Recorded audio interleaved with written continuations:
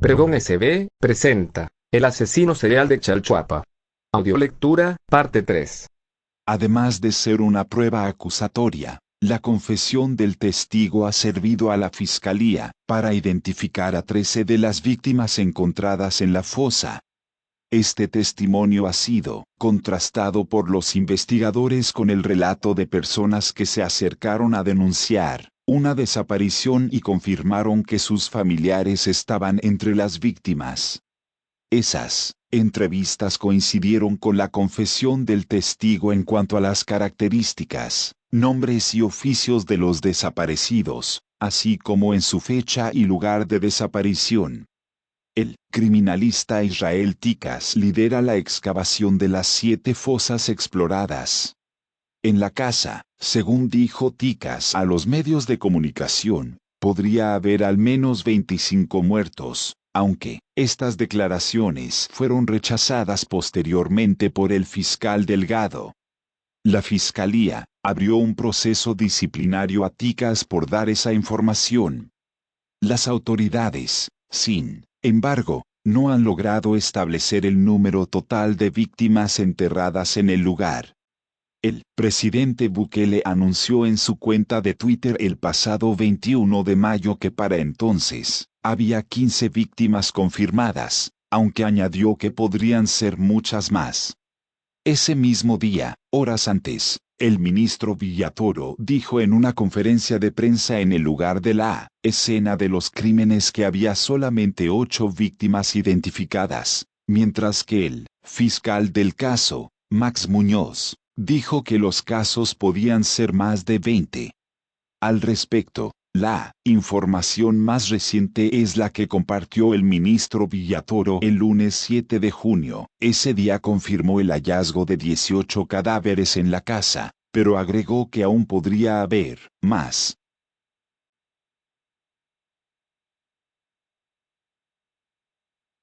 Aunque los investigadores aseguran que las víctimas también eran atraídas desde San Salvador y otros departamentos, 12 de las 13 personas a quienes el testigo identifica en su confesión vivían en las cercanías de Chalchuapa, su zona de operación.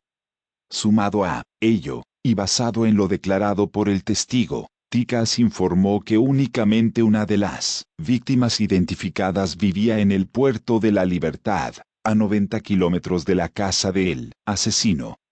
La Fiscalía acusa a los 10 presuntos cómplices por 2 delitos, feminicidio y homicidio agravados. La confesión aportada por Esteves es tan importante para la Fiscalía, que es el único elemento en el que se basa para acusarlos en el requerimiento fiscal. No hay nada más que los vincule ni en modo, tiempo o lugar. Mujeres, jóvenes y pobres. Según el requerimiento fiscal, en el que consta la confesión del testigo, Esteves utilizaba una técnica de convencimiento de mujeres, para engañarlas con ofertas de trabajo o dinero. Luego, a varias de sus víctimas, las llevaba a su casa con argucias. Ahí, de acuerdo al relato, les esperaba alguno de sus cómplices, para violarlas y posteriormente quitarles la vida. Esteves confesó que él mismo cavó la fosa en el patio trasero de su casa, hace varios años con el único objetivo de ocultar cadáveres. Igual que ese, cavó 6 más en el mismo patio. Aunque el testimonio no detalla en qué año lo hizo, el testigo enfatiza varias veces que nunca tuvo problemas con el hedor que generaban los más de 15 cuerpos en descomposición. A dichos cuerpos ni siquiera les tiraba tierra ni cal.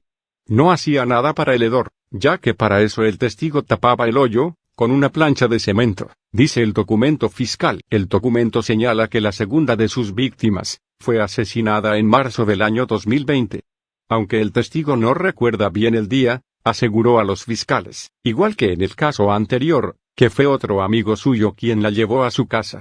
Esta joven, a diferencia de las demás víctimas, no vivía en Chalchuapa o sus alrededores, sino que era originaria del Puerto de la Libertad, y fue llevada a casa de Esteves bajo el engaño de que, si llegaba, le daría dinero, dice el relato. Esteves asegura que, una vez entraron a la casa, su amigo intentó abusar sexualmente de la joven. En ese momento, el testigo salió de la casa, y empezó a escuchar una especie de tropel, como sonidos de golpes y gritos de auxilio, porque su victimario la estaba estrangulando con las manos y le había pegado en la cabeza con una piedra, dice el documento. La tercera víctima de los 13 casos confesados por Esteves fue asesinada el 13 de abril de 2020, exactamente 2 meses después de la primera.